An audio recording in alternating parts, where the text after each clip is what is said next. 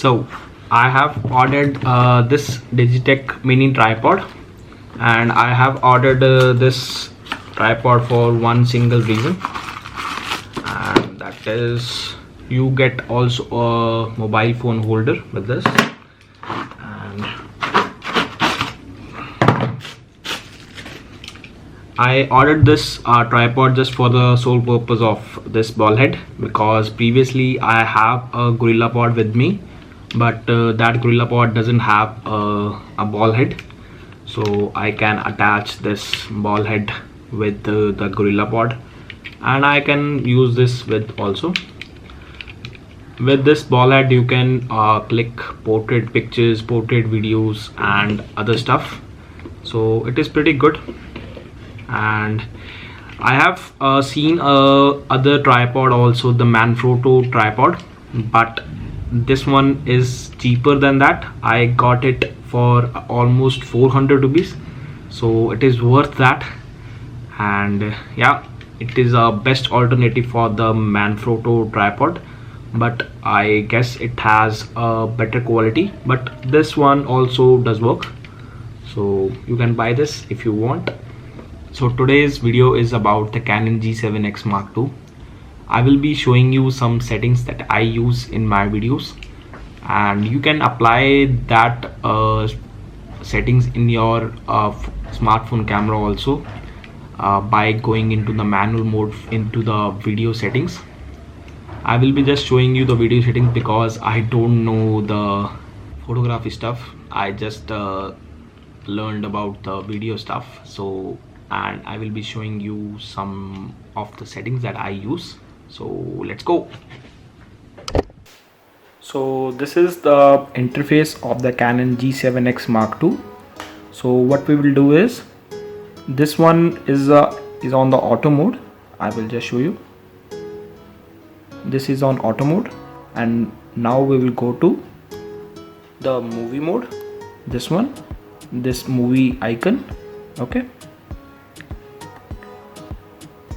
and then I will type it over here. Okay, so what we will do next is select this icon and go to manual and press OK. So next we will go to menu, then camera, then this Face ID settings. So you can add your face within this Face ID settings, so that it will help the camera to focus accordingly to your face. Like this, you can add to registry, add new face, and follow the procedure like this. Okay,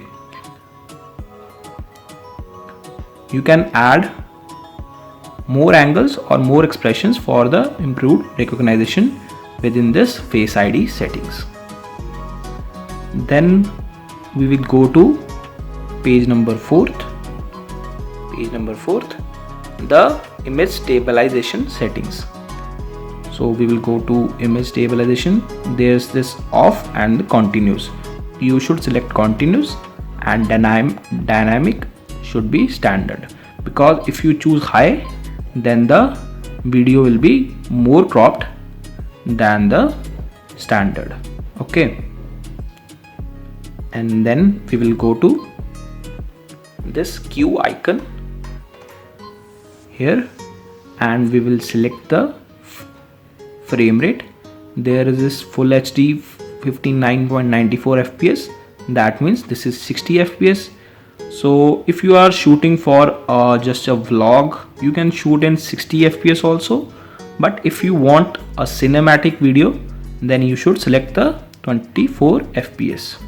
So that will be more appropriate for the cinematic videos. Then we will change the shutter speed. The shutter speed should be 50, like this. You can change this shutter speed like this, and there is 1/50 is the shutter speed. Okay, and then we will change the aperture. We will select 1/8 like this. Aperture controls the brightness of image that passes through the lens and falls on the image sensor. the higher the aperture, less the light enters the sensor. So we have 1.8, that means the light is entering more than the f2.0. So whenever you are shooting outdoors, you should select one more thing, that is go to menu, then camera, then page 5, then select the ND filter and OK. So this way you can turn on the ND filter while shooting outdoors. So this ND filter what does is it reduces the light coming into the sensor. So it will be very helpful whenever you are shooting in bright sunlight. So there's this ISO. You can change according to the lighting conditions like this. Okay, and you can press auto if you want. I will tell you one more thing, that whenever you are choosing an ISO, you can choose by clicking this icon, that is the star icon, like this. This will automatically adjust the ISO as per your frame lighting conditions. So this will be very helpful when you are choosing your ISO accordingly. And the last one is the picture style.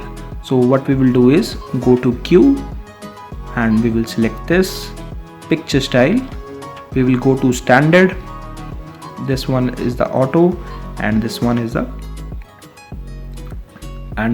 the standard. We will go to ring functions. We will select the sharpness will be 0 and sharpness fineness will be 1. Sharpness threshold should be 1 and the contrast should be -1 while shooting outdoors, and the saturation level should be +1 and the color tone should be +1. So this way you can get a decent picture quality within your camera. So you can apply this method in your smartphone cameras also by using a third-party app that allows you to manually change the settings while shooting a video. So this is the auto picture quality test. All the things are on auto and the frames are 24 fps, so you can get an idea for this. So this one is the settings I have applied on this manual mode, so you can get an idea of the picture quality you are getting. So in this I can see that there's a background blur. This is because of the f.18 aperture, and you can get an idea of how the both picture qualities in auto and in the manual mode.